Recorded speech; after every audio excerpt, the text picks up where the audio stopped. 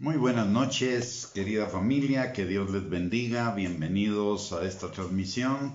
Muchísimas gracias por sintonizarnos. También muchísimas gracias a los pastores que nos permiten el privilegio de poder compartir este estudio con ustedes. Y vamos a continuar acerca de las señales de los últimos tiempos, pero antes de ello vamos a orar. Bendito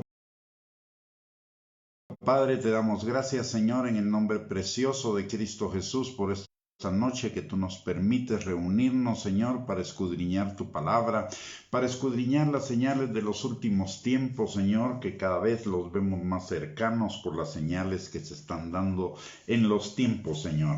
Te pedimos, Padre, que tu Espíritu Santo abra nuestros ojos, nuestros oídos, pero por sobre todo nuestro corazón y nuestro entendimiento para que tu palabra sea sembrada en nuestros corazones y produzca fruto y fruto en abundancia para la gloria de tu nombre. Asimismo, Señor, te pedimos que todo paradigma, todo argumento, razonamiento o pensamiento falso que se esté oponiendo en nosotros al conocimiento tuyo, a la obediencia a tu palabra y a la vida abundante que tenemos en ti, sea arrancado, destruido y derribado por tu Espíritu Santo, Señor, en el nombre precioso de Cristo Jesús. Amén y amén. Muy bien, mis amados hermanos, muy buenas noches, que el Señor les bendiga. Muchísimas gracias por estar conectados. Vamos a seguir con nuestro estudio acerca de Mateo 24, las señales de los últimos tiempos, solo recordando lo que ya hemos visto en los dos estudios anteriores. En relación a Mateo 24. Mateo 24 es la cronología de los últimos tiempos que nos da Jesús y ahí definimos esa cronología, en esa cronología 8 tiempos. El primero, aún no es el fin. El segundo, principio de dolores. El tercero, la señal de la higuera o el surgimiento de Israel. La cuarta, la señal de los días de Noé o el arrebatamiento de la iglesia, la tribulación, la gran tribulación, la abominación desoladora, la gran tribulación y la segunda venida de Cristo o la manifestación gloriosa o el día de la ira del Señor. Ya en los días pasados, además de ver la cronología, también vimos la caracterización de algunos de esos tiempos, como por ejemplo, aún no es el fin, principio de dolores, el surgimiento de Israel o la señal de la higuera y los días de Noé o el arrebatamiento de la iglesia y la tribulación. El día de hoy nos tocaría las señales de la abominación desoladora. La abominación desoladora es un periodo intermedio entre la tribulación que separa los 3 años y medio de la tribulación de los 3 años y medio de la gran tribulación. Se va a caracterizar porque en ese momento el anticristo, que había venido desarrollando su imagen, su poder, etcétera, a lo largo de los 3 años y medio de la tribulación, en ese momento traiciona el pacto de paz que hizo con Israel al inicio de la tribulación y toma entonces invade Jerusalén y invade el templo, se sienta en el lugar santísimo del templo y se erige como Dios. Esa es realmente la abominación desoladora. A la abominación desoladora va unido el también surgimiento del falso profeta, de una imagen o estatua del anticristo que va a recibir la adoración de todos los seguidores del anticristo y la marca de la bestia. Eso es lo que marca la abominación desoladora. Luego de la abominación desoladora, que es un momento, podrá ser una cuestión de días y mucho de unas pocas semanas, se inicia entonces el periodo de la gran tribulación. La palabra de Dios al respecto de la abominación desoladora nos dice en Mateo 24:15. Por tanto, cuando veáis en el lugar santo la abominación desoladora de la que habló el profeta Daniel, el que lee entienda, entonces los que estén en Judea huyan a los montes, el que esté en la azotea no descienda para tomar algo de su casa, y el que esté en el campo no vuelva atrás para tomar su capa. Mas hay de las que están en cinta y de las que críen en aquellos días. Orad pues, que vuestra huida no sea en invierno ni en día de reposo. ¿Por qué razón esa huida? Porque en ese momento va a invadir Jerusalén el anticristo y va a iniciar una persecución de los judíos para obligarlos a recibir la marca, primero que nada, para invadir el templo, tomar posesión del templo, establecer ahí su imagen y el centro de la adoración de la religión mundial promovida por el anticristo y el falso profeta, y aparte de ello, pues iniciar la adoración de la bestia y la imposición de la marca. Entonces eso, por ello dice que vuestra huida no sea en invierno, porque eso va a provocar una huida de los habitantes de Jerusalén y de Judea para salvarse de la persecución del anticristo.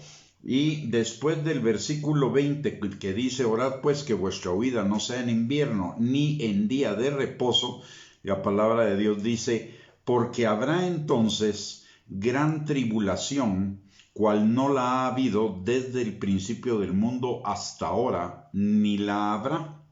Y si aquellos días no fuesen acortados, nadie sería salvo, mas por causa de los escogidos, aquellos días serán acortados.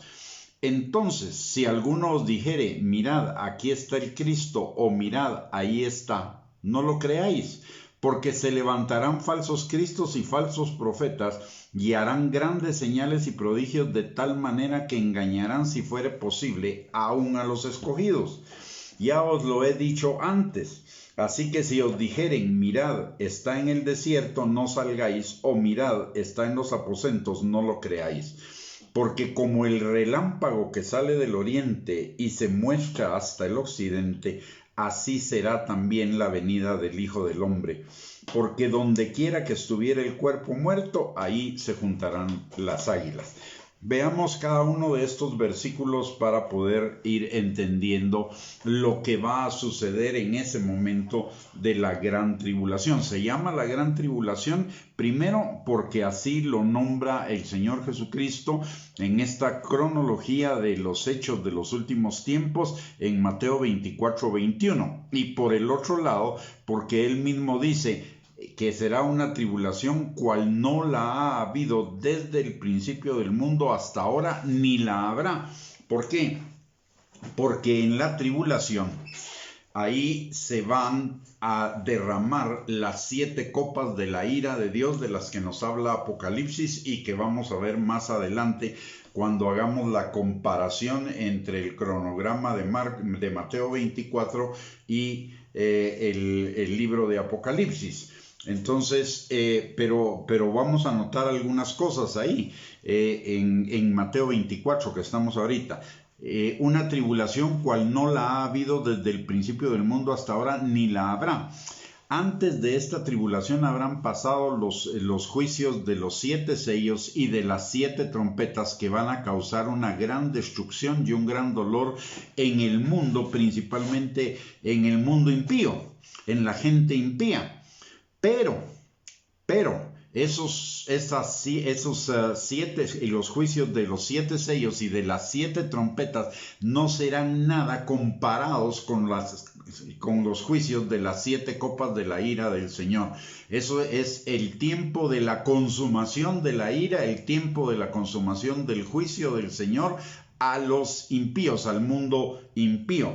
Y será tal que si los días no fuesen acortados, nadie sería salvo. Eso nos está hablando de que en el tiempo de la tribulación y de la gran tribulación van a haber salvos, van a haber personas que se hayan arrepentido, aun cuando la iglesia ya habrá sido arrebatada, porque ya lo vimos y lo demostramos con la palabra de Dios, que la iglesia sería arrebatada mucho antes antes de que comience la tribulación.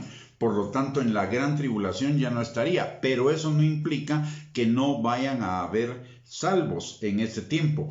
De hecho, la palabra de Dios en el libro de Apocalipsis en cuanto a la tribulación nos habla de 144,000 sellados, 12,000 de cada una de las tribus de Israel, que serán evangelistas para el mundo de ese tiempo, además de los 2 testigos que también proclamarán el mensaje de la palabra en ese tiempo. Y aparte de ello, en el inicio de la gran tribulación, un ángel del cielo va a proclamar de una manera sobrenatural el evangelio de la salvación del Señor Jesucristo al mundo impío para que se arrepientan.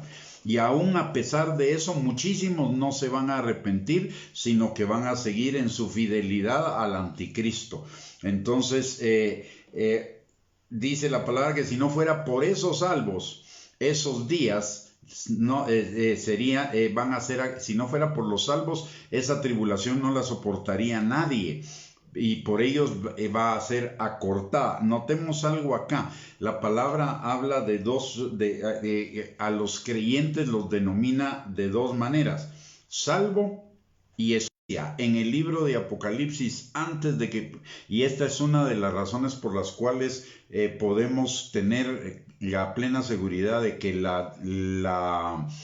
el arrebatamiento de la iglesia será antes de la tribulación, es una de las razones, es porque a partir del capítulo número 3, 4 y 5 de Apocalipsis, en el capítulo 6, del capítulo 6 al capítulo 18, que habla de los 7 sellos, de las 7 trompetas y de las 7 copas de la ira de Dios, es decir, del periodo de la tribulación y la gran tribulación, la iglesia no se vuelve a mencionar en el libro de Apocalipsis, del capítulo 6 al 18, que es la duración de los juicios, la tribulación y la gran tribulación. Y aquí no habla de la iglesia Jesús tampoco, habla de salvos y escogidos, no habla ni de iglesia ni de hijos, sino habla de salvos y de escogidos. Esto hace una diferenciación que es muy sutil, pero diferenciación al fin de cuentas entre la iglesia que va a ser arrebatada, la iglesia pre-tribulación y pre-arrebatamiento, de los creyentes que serán post-arrebatamiento. Muy bien, luego sigamos acá. Dice, entonces si alguno os dijere, mirad, aquí está el Cristo, o mirad, ahí está, no lo creáis, porque se levantarán falsos cristos y falsos profetas y harán grandes señales y prodigios, de tal manera que engañarán, si fuere posible, aún a los escogidos. Otra vez está mencionando la palabra escogidos, no iglesia, no hijos, sino escogidos en relación a los que serán salvos en ese tiempo.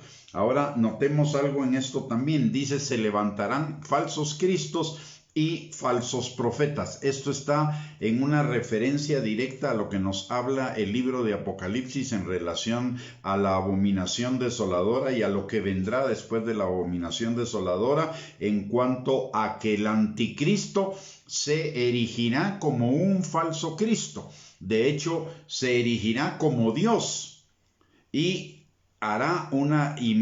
se hará una imagen de él que estará en el templo de Jerusalén y que será objeto de culto para los seguidores del anticristo. Y además se levantará también el falso profeta. Aquí también lo alude, aunque no lo señale directamente, lo alude, porque el falso profeta es el que se va a levantar como el líder de la nueva religión mundial, donde el anticristo será Dios y que va a promover la estatua y que va a promover la marca de la bestia, la adoración de la bestia y la marca de la bestia.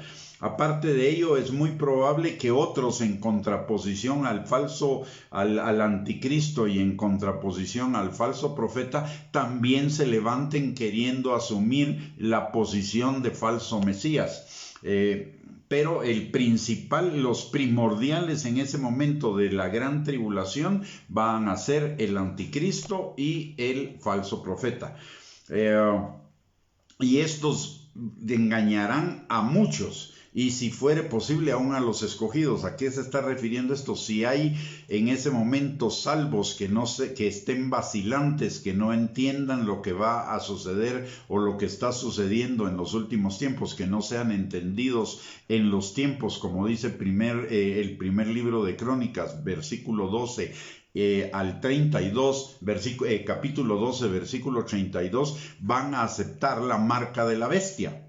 Por eso dice, engañarán, si fuere posible, aún a los escogidos. Engañarán porque es, en primer lugar, esa falsa imagen o esa imagen del anticristo que se va a levantar. Hay dos hechos que van a provocar engaño, de acuerdo a lo que nos dice el libro de Apocalipsis en esta época de la tribulación, de la gran tribulación. Una de ellas es que aparentemente el anticristo va a sufrir un atentado donde va a morir y resucitar. Aparentemente puede ser un montaje, porque la Biblia no nos habla de si es así absolutamente o no, solo habla que la cabeza del anticristo va a tener una herida mortal. Eso significa que pudo haber muerto y resucitó, porque en ese momento se le da al diablo, al falso profeta y al anticristo, Dios permite cierta autoridad para poder hacer eso, como parte de sus juicios a los impíos. Entonces el anticristo va a sufrir una herida mortal y aparentemente va a resucitar. A raíz de esa resurrección aparente es que se va a erigir como Dios, como el falso Mesías. Es una imitación de la muerte y la resurrección de Cristo, si nos damos cuenta, y entonces le van a levantar una imagen en el templo de Jerusalén. Él se va a sentar como Dios en el templo de Jerusalén, y además el falso profeta va a promover que se haga una imagen de él, y a esa imagen va a tener la posibilidad de hablar. Si es real o si es también ficticio, no lo sabemos, porque la Biblia no nos lo aclara, pero al final esa estatua aparentemente va a hablar. Y el falso profeta aparentemente también va a tener señales como que baje fuego del cielo. Puede ser una simulación de juegos pirotécnicos o algo por el estilo, pero eso va a suceder y va a engañar a aquellos. Primero que nada, va a engañar a los impíos. En segundo lugar, puede engañar a judíos. Y en tercer lugar, podría engañar a algunos que hayan reconocido el evangelio, pero que no estén firmes en el evangelio y se dejen poner la marca de la bestia. A eso se refiere ese engaño. Y entonces en Mateo 24-23 sigue hablando de la tribulación.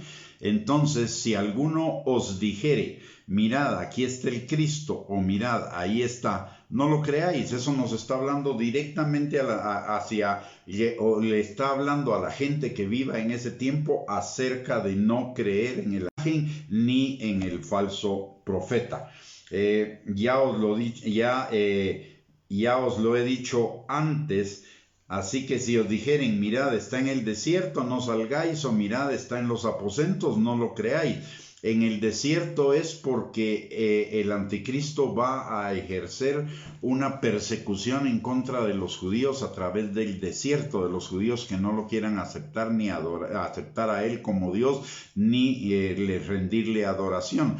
Entonces va a iniciar una persecución en el desierto. Pero también dice, mirad, está en los aposentos. Eso se refiere a los aposentos del templo de Jerusalén. Dice, no lo creáis, porque como el relámpago que sale del oriente y se muestra hasta el occidente, así también será la venida del Hijo del Hombre. Esto nos está diciendo lo que la palabra de Dios habla de, que vendrá como ladrón en la noche, sin aviso, número 1, pero como ladrón en la noche para los impíos, número 1.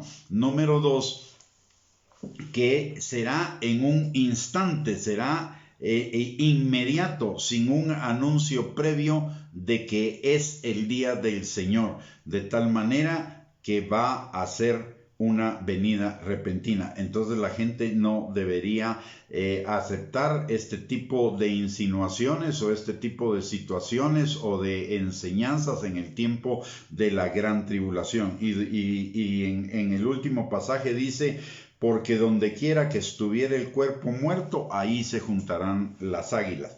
Esto hace alusión a lo que el libro de Apocalipsis nos explica acerca de la batalla del Armagedón, un lugar donde se van a concentrar todos los ejércitos de las naciones impías que siguen al anticristo, supuestamente para derrotar o enfrentarse al ungido de Dios, a Jesús, y donde van a ser derrotados, y no solo derrotados, sino muertos, y ahí va a haber lo que se llama la cena de Dios, en la cual las aves de rapiña de los cielos van a ser convocadas para que se alimenten de la carne muerta de todos los seguidores del anticristo. A eso hace referencia ese versículo de Mateo 24 al 28. Dice la palabra de ahí en el versículo 29, e inmediatamente después de la tribulación de aquellos días, el sol se oscurecerá y la luna no dará su resplandor, y las estrellas caerán del cielo y las potencias de los cielos serán conmovidos. Entonces aparecerá la señal del Hijo del Hombre en el cielo, y entonces lamentarán todas las tribus de la tierra y verán al Hijo del Hombre viniendo sobre las nubes del cielo con poder y gran gloria. Y enviará a sus ángeles con gran voz de trompeta y juntarán a sus escogidos de los cuatro vientos desde un extremo del cielo hasta el otro. Entonces aquí nos habla de un solo hecho, y de un solo hecho que va a ser inmediato, sin aviso previo, porque dice inmediatamente después de la tribulación de aquellos días. El aviso previo en todo caso va a ser que el sol se oscurecerá, la luna no dará su resplandor, las estrellas caerán del cielo. Esto seguramente se refiere a una lluvia de meteoritos, de las cuales van a haber varias en el tiempo de la tribulación y de la gran tribulación, y las potencias de los cielos serán conmovidas. Entonces dice, aparecerá, o sea, inmediatamente que esto suceda, aparecerá la señal del Hijo del Hombre en el cielo. ¿Cuál será esa señal? No sabemos, puede ser la manifestación de la gloria de Dios, por eso le llaman la manifestación gloriosa, el resplandor de la gloria del Señor, que en ese momento va a resplandecer en todo el cielo, y entonces lamentarán todas las tribus de la tierra y verán al Hijo del Hombre viniendo sobre las nubes del cielo, con poder y gran gloria. Y enviará sus ángeles con gran voz de trompeta y juntarán a los escogidos de los cuatro vientos desde un extremo del cielo hasta el otro. ¿Para qué? Para preservarlos. ¿Quiénes son estos escogidos? Estos escogidos son los salvos de la tribulación y de la gran tribulación, que no hayan sido martirizados, que todavía y no hayan sido perseguidos y muertos, y que todavía estén vivos en ese momento. Entonces los juntará. ¿Para qué? Para que la batalla del Armagedón no los alcance, para que estén protegidos de esa batalla, y entonces vendrá la destrucción repentina de todos los ejércitos del anticristo, comenzando el orden de la batalla del que nos habla Apocalipsis 18, de la batalla del Armagedón. Es que primero el falso profeta y el anticristo van a ser tomados y tirados al lago de fuego, al infierno. Eso quiere decir que va a dejar al ejército del anticristo, que es la reunión de todos los ejércitos de todas las naciones del mundo, los va a dejar sin cabeza, sin la cabeza, y eso va a generar una gran confusión. Y acto seguido, dice la palabra del Señor, que el Señor destruirá esos ejércitos con la espada de su boca. Ahí ni siquiera van a participar los ángeles, ni van a participar los santos que vengan con Jesús a esa batalla. Los ángeles y los santos serán solamente observadores de la magnificencia del poder del Señor, que con la espada de su boca, él solito destruirá esos ejércitos del anticristo. La batalla será que descenderá un ángel del cielo para encadenar al diablo y echarlo al abismo por 1000 años. ¿Por qué no lo va a destruir el Señor inmediatamente? ¿Y por qué no lo manda de una vez al infierno definitivamente? Por una razón muy sencilla. Porque el Señor va a usar al diablo como una prueba al final del milenio con aquellos que hayan nacido durante y hayan vivido durante el milenio, para ver si su fe en el Señor Jesucristo es firme. Los va a usar para tratar de engañarlos, y va a engañar a muchos, y ese será el final antes del juicio del trono blanco, del gran trono blanco. Entonces esta sería ya la caracterización, digamos, de los 8 tiempos que determinamos en el libro de Mateo, capítulo 24, porque de ahí viene, después de la venida del Hijo del Hombre, viene la señal de la higuera y la señal de los días de Noé, que ya los vimos, que son el renacimiento de Israel como nación y el arrebatamiento de la iglesia. Pero es importante que veamos esto del versículo, que nos saltemos hasta el versículo 42. Y la palabra de Dios dice: velad pues, porque no sabéis a qué hora ha de venir vuestro Señor. Pero sabed esto, que si el padre de familia supiese a qué hora el ladrón habría de venir, velaría y no dejaría minar su casa. Por tanto, también vosotros, estad preparados, porque el Hijo del Hombre vendrá a la hora que no pensáis. Por tanto, también vosotros estad preparados, porque el Hijo del Hombre vendrá a la hora que no pensáis. ¿Quién es, pues, el siervo fiel y prudente, al cual puso su Señor sobre su casa, para que les dé el alimento a tiempo?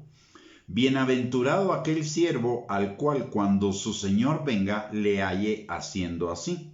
De cierto os digo que sobre todos sus bienes le pondrá. Pero si aquel siervo malo dijere en su corazón: mi Señor tarda en venir, y comenzare a golpear a sus consiervos y aun a comer y a beber con los borrachos, vendrá el Señor de aquel siervo en día que éste no espera y a la hora que no sabe, y lo castigará duramente, y pondrá su parte con los hipócritas. Ahí será el lloro y el crujir de dientes. Este pasaje de Mateo 24, del 42 al 51, se está refiriendo a la iglesia. ¿Y por qué decimos que a la iglesia? Si notamos en los pasajes anteriores de Mateo 24, cuando está hablando de la tribulación y de la gran tribulación, está hablando de escogidos. Pero aquí regresa a otro término que también usa en relación a los hijos. Y en relación a los hijos usa el término siervos, porque somos hijos siervos. Recordemos, de acuerdo a Isaías 41, 9 al 10, que no solo somos llamados a ser salvos, sino somos llamados a servir al Señor. No solo somos llamados a ser salvos, sino somos llamados a hacer la gran comisión de la que nos habla Mateo 28, versículos 18 al 20, y Marcos capítulo 16, versículos del 15 al 18. Entonces, por ello, aquí ya usa la palabra siervos, no está usando la palabra escogidos. ¿Y por qué razón aquí sí llama a prepararse, en tanto que no llama a prepararse a los escogidos?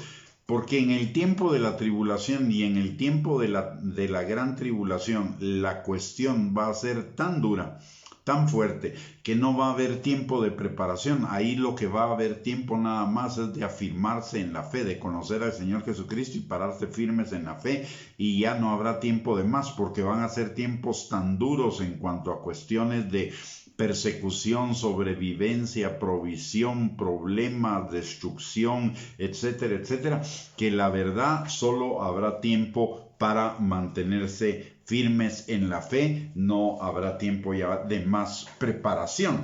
En tanto que para nosotros, los hijos de Dios, la iglesia que va a ser arrebatada antes de la tribulación, sí tenemos un tiempo de preparación, y ese tiempo de preparación es ahora. Y notemos lo que dice: velad pues, porque no sabéis a qué hora ha de venir vuestro Señor. Y en realidad no sabemos el tiempo del arrebatamiento de la iglesia. De hecho, estamos en un tiempo en el cual el arrebatamiento de la iglesia podría suceder en cualquier momento. Todas las señales referentes a la iglesia del Señor Jesucristo antes de la tribulación ya se cumplieron. La única profecía que falta de cumplimiento para la venida de Cristo por su iglesia es precisamente la venida de Cristo. Eso quiere decir que puede suceder en cualquier momento. Entonces dice la palabra que como no sabemos a qué hora ha de venir nuestro Señor, pero dice esto: pero sabed esto, que si el padre de familia supiese a qué hora el ladrón habría de venir, velaría y no dejaría minar su casa. Es decir, si sabemos la época, si estamos ya sabiendo que la venida del Señor por su iglesia para arrebatarla está pronta, entonces necesitamos estar preparados como si supiéramos que un ladrón va a venir en este mismo momento a nuestra casa. Y hablando de ladrón, en Tesalonicenses, en la segunda carta de Tesalonicenses, la palabra de Dios dice que la venida de él será como ladrón en la noche, pero que nosotros no nos dejaremos que para nosotros no será que Él venga como ladrón en la noche, porque nosotros no estamos en las tinieblas, sino estamos en la luz. El Señor nos está avisando, y nos está avisando desde hace un buen rato, que la venida del Señor está cercana. Por ello, como dice nuestra hermana Yulisa, no debemos dejar de buscar al Señor con todo nuestro corazón. Mire, estos son tiempos difíciles, donde el diablo, a través de las circunstancias y que Dios está permitiendo, está sacudiendo a la iglesia. Recordemos que la palabra de Dios dice que el juicio comienza por la casa de Dios. Entonces, son tiempos en los cuales el Señor está permitiendo todas estas circunstancias para que aquellos que no están firmes en el Señor se den cuenta de su falta de firmeza y se vuelvan a Él de todo corazón. La palabra de Dios dice que en este tiempo muchos se enfriarán por el aumento de la maldad en el mundo. Entonces, y eso es lo que hemos visto en estos tiempos, pero esto es un aviso no para que nos enfriemos, es un aviso para que aquellos que se hayan enfriado en su fe o que estén vacilantes, en este momento se afirmen con todo su corazón y busquen al Señor, porque este es un signo de que la venida de Cristo está cercana. Mire lo que pasó en el último año y medio, que nos habla de ese enfriamiento. Las iglesias, por decir algo, tenían 100 miembros. Por el cierre de las iglesias y por las medidas de restricción de la movilización y por las medidas del COVID y toda la cosa, lo primero que sucedió es que las iglesias, al cerrar, bueno, entonces nos llevó un tiempo comenzar los servicios presenciales, pero a los servicios presenciales ya solo se integró alrededor de un 60% de la gente, entre un 50 y un 60% de la gente. Y ahora que ya las iglesias pudieron tener servicios presenciales y que además de tener servicios presenciales los estaban pasando por también en la red, resulta ser que entre la suma de los que asisten presencialmente y la suma de los que lo ven por las redes, no llega al si mucho llega al 50% de lo que era la membresía de las iglesias hace año y medio. Eso, ¿dónde está esa otra mitad de las personas? Seguramente se enfriaron. Mire este otro signo. Resulta que las personas no tienen ningún problema con lo del COVID para ir a centros comerciales, para ir a restaurantes, para ir a supermercados, pero sí argumentan temor del COVID para no asistir a los servicios presenciales de sus iglesias. ¿Eso que nos habla? Enfriamiento. ¿Eso que nos habla? Que se están debilitando en su fe. Es el tiempo en el cual necesitamos, como dice la palabra, velar y prepararnos para la venida de Cristo. Prepararnos para esa inminente venida de Cristo. Seamos fieles y prudentes, como dice, aparte de velar, como dice el versículo 42 y el versículo 45, ser fieles y prudentes para seguir fortaleciéndonos en el Señor y en el poder de su fuerza, como dice Efesios capítulo 6, versículos del 12 al 13. Dice, fortaleceos en el Señor y en el poder de su fuerza, para que podáis soportar en el día malo y habiendo pasado todo, estar firmes. Así que necesitamos hacerlo, y además la palabra de Dios tiene una promesa maravillosa para aquellos que lo hagan. Dice, bienaventurado aquel siervo al cual cuando su Señor venga le halle haciendo así, es decir, velando, siendo fiel, siendo prudente. Bienaventurado, sumamente dichoso. ¿Por qué? Porque en ese momento va a ir a gozar de la mejor eternidad que pueda. Y en cambio los descuidados no es que no vayan a ser salvos.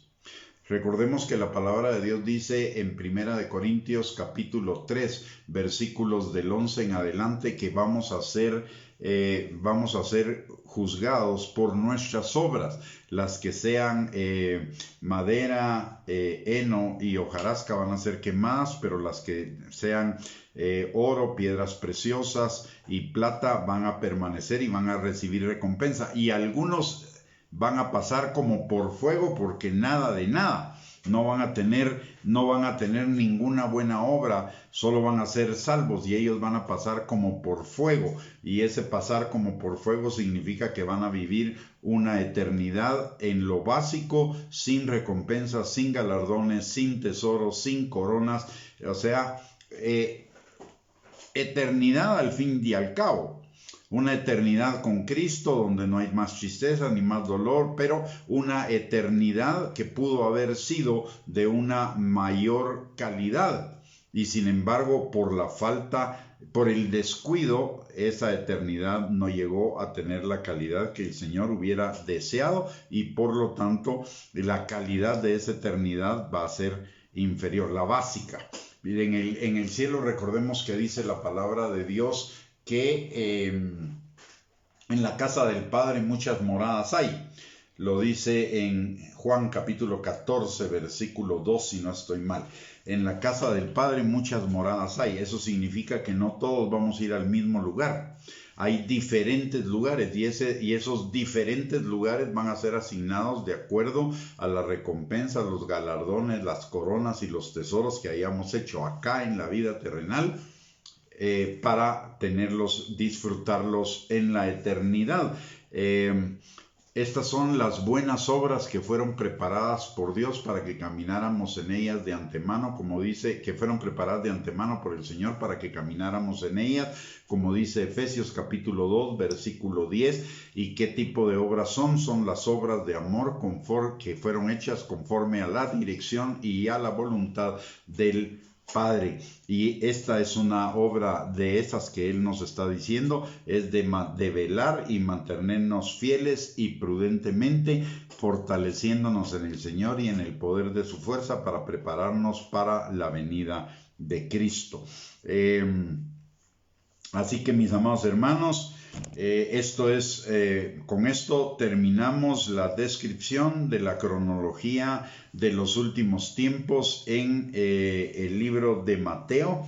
Solo déjeme hacerle tres recordatorios. La primera, que tenemos que tener cuidado con la señal del engaño, y esto es falsas enseñanzas, falsos maestros, falsos profetas, que vendrán y nos desviarán del objetivo principal, que es la sana doctrina, es decir, vivir en la santidad de Dios. Nos desviarán de ese objetivo, de esa meta, que es la meta fundamental el día de hoy, porque el Señor viene por una iglesia limpia, santa, pura, sin mancha y sin arruga.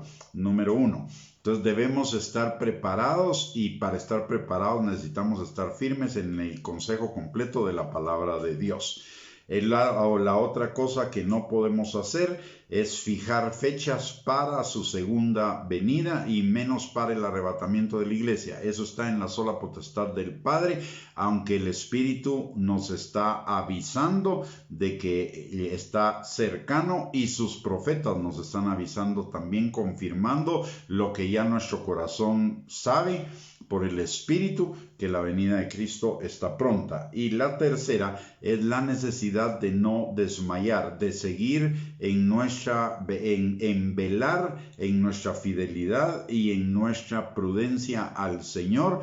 Seguir creciendo en Él, seguir creciendo en el Espíritu, dejando que el Espíritu transforme nuestras vidas. Yo estoy seguro que el Señor ha estado hablando al corazón de cada uno de nosotros para que con urgencia y una tras otra, para que ciertas cosas que están en nuestras vidas que no son agradables a Él sean transformadas por el Espíritu Santo, sean entregadas a Él y transformadas por el Espíritu Santo. Así que estas son señales de que el Señor y la venida del Señor está cercana. En cuanto a la pregunta de la hermana Sonia, cuando sea el arrebatamiento, ¿reconoceremos al Señor o lo veremos que viene por nosotros?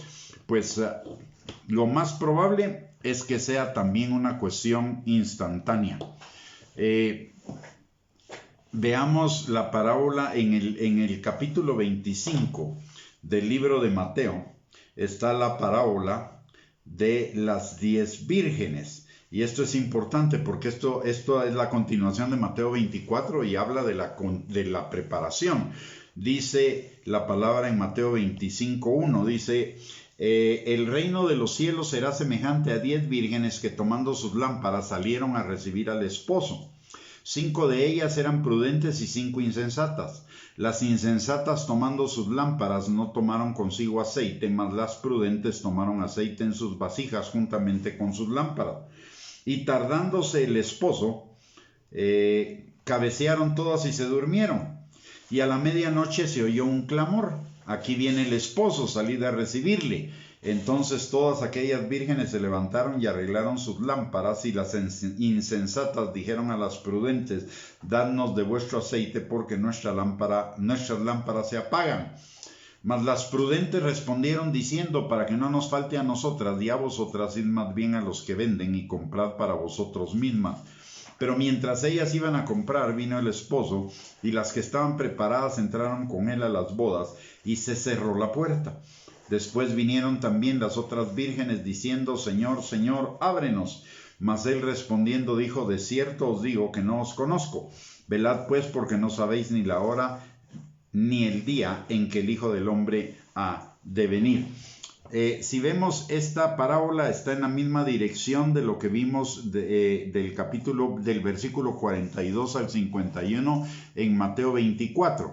Y de hecho esta parábola y las siguientes 2 parábolas serán nuestro tema para la próxima semana, que tienen que ver acerca de la preparación. pero me voy a adelantar con una cosa en relación con la pregunta que nos hace hermana Sonia, y dice la palabra,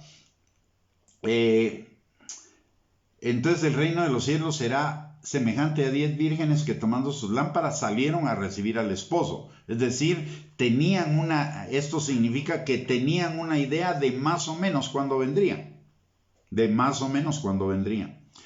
Luego, ese fue un primer aviso, y esos son los primeros avisos que estamos recibiendo todos, no solo por el Espíritu, sino a través de los profetas del Señor.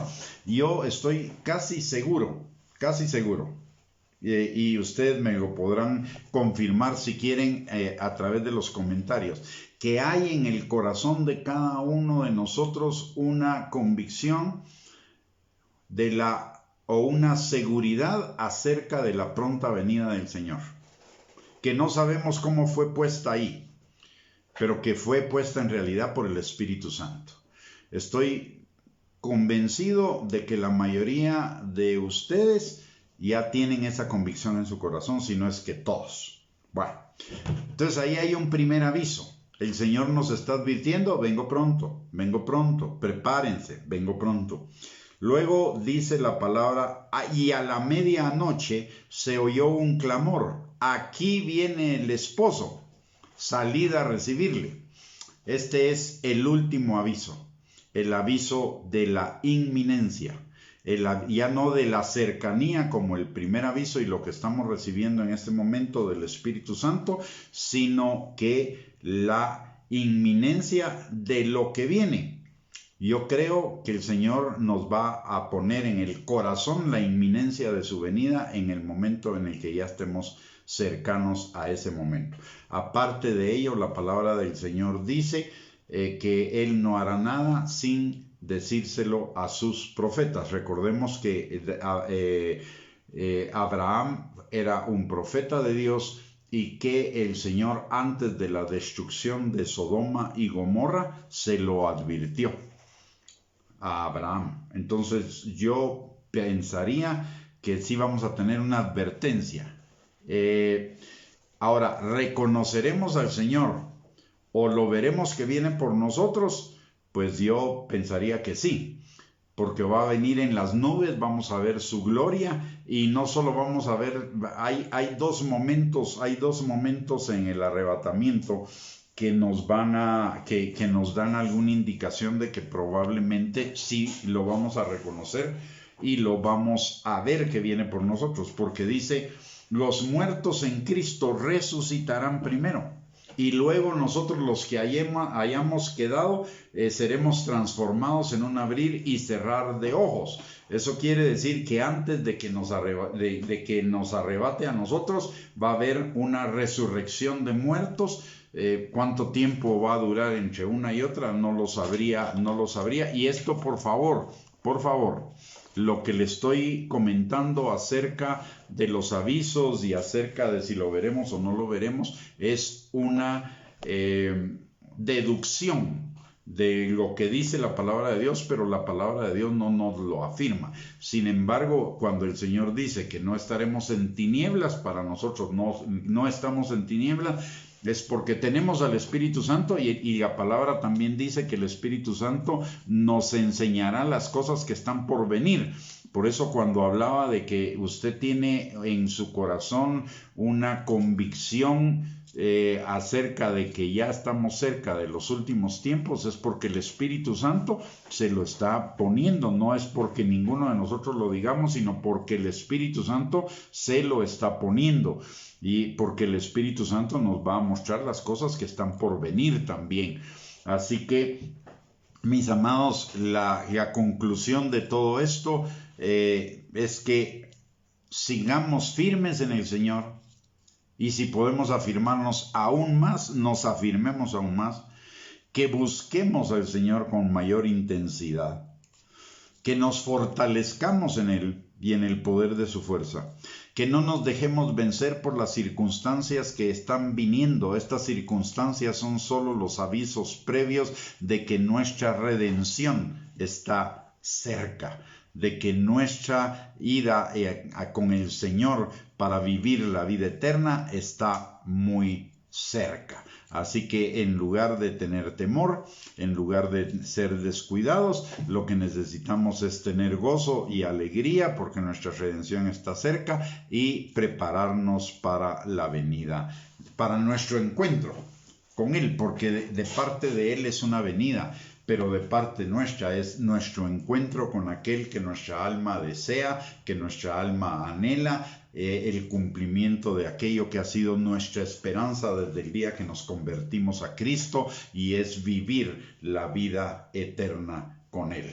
Muy bien, mis amados hermanos, hemos llegado entonces al final de esta enseñanza. Como les recuerdo, las cosas que hablamos acerca del tiempo de la venida de Cristo, de los avisos y todo, son solamente suposiciones, no son deducciones de acuerdo a lo que dice la palabra, pero no son enseñanzas que la palabra de Dios nos afirme contundentemente, por lo tanto no podemos hacer una doctrina de ella. Y por el otro lado, tampoco esta está una advertencia para algunos que dicen, no, ya cuando el Señor esté enfrente, entonces, o cuando yo ya sepa que viene en los próximos días, entonces me voy a preparar de acuerdo a lo que dice la palabra de Dios en cuanto a las vírgenes insensatas. Eso es una insensatez. Ellas pensaron lo mismo y a última hora se quisieron preparar y ya no pudieron entrar a las bodas. No que no hayan sido salvas, pero no pudieron entrar a las bodas. Muy bien, los espero la próxima semana, el siempre martes a las 7 de la noche por este mismo canal. Vamos a continuar con nuestro estudio acerca de las señales de los tiempos y la enseñanza de la próxima semana va a ser al respecto de la preparación que necesitamos con el Señor para prepararnos para la venida de Cristo. Muy bien, vamos a terminar orando. Le voy a pedir que ore junto conmigo. No vaya a salirse todavía. Vamos a orar un momento. Padre bendito, te damos gracias, Señor, en el nombre de Jesús por tu palabra. Te damos gracias, Señor, por el privilegio que tenemos de tener tu Espíritu Santo que nos guía a toda verdad, y de tu palabra, Señor, que es lámpara a nuestros pies y lumbrera a nuestro camino. Señor, gracias porque tú nos hablas a tiempo y fuera de tiempo, y nos has estado hablando, Señor, de la necesidad de prepararnos, de la necesidad de velar y orar porque tu venida está pronta, Señor. Gracias por el privilegio de ser tus hijos, por el privilegio de ser avisados de tu pronta venida, Señor, del privilegio de tener a tu Espíritu Santo que nos guía, que nos ayuda, que nos recuerda, que nos transforma, que nos empodera, que nos santifica, Señor, para prepararnos para tu venida, porque tú vienes por una iglesia pura, limpia, santa, sin mancha y sin arruga, Señor. Padre, gracias en el nombre precioso de Jesús por este tiempo que nos has permitido compartir, Señor, y compartir en armonía. Y tu palabra dice que cuando estamos los hermanos juntos y en armonía, tú envías ahí bendición y vida eterna. Gracias, Señor, por la bendición y la vida eterna que traes a nuestras vidas, Señor. Y te pedimos, Padre, que esta palabra quede sembrada en nuestros corazones firmemente, Señor, de tal manera que sea una guía, Padre, que no solamente seamos oidores, sino hacedores de tu palabra. Señor, en esta hora venimos delante de ti a pedirte por todos los enfermos y principalmente por los que están con COVID, Señor, que tu mano poderosa se extienda hacia ellos en sanidad y restauración sobrenatural, Señor, de tal manera que sirva para que los que no te conocen se conviertan a ti, Señor, y que los que te conocen, Padre, se acerquen aún más a ti, Padre. También te pedimos, Señor, por aquellos que están padeciendo necesidad, que tú suplas, Señor, sus mesas en este día, y que también, Señor, suplas toda necesidad, provisión, trabajo o lo que fuere, Señor, que necesitan, Padre, en el nombre precioso de Cristo Jesús. Venimos también en esta hora, Señor, pidiéndote que tu Espíritu Santo que permanece sobre cada uno de nosotros También, Señor, esté con nuestras familias, sanando, liberando, restaurando, proveyendo, protegiendo, asegurando, Señor, y por sobre todo, atrayendo con cuerdas de amor a los que todavía no te conocen, Señor, y a los que ya te conocen, Padre, que sean avivados en su corazón, en su fe, Señor, para acercarse más y más a ti, Padre. Te lo pedimos, Señor, en el nombre precioso de Cristo Jesús. Amén y amén.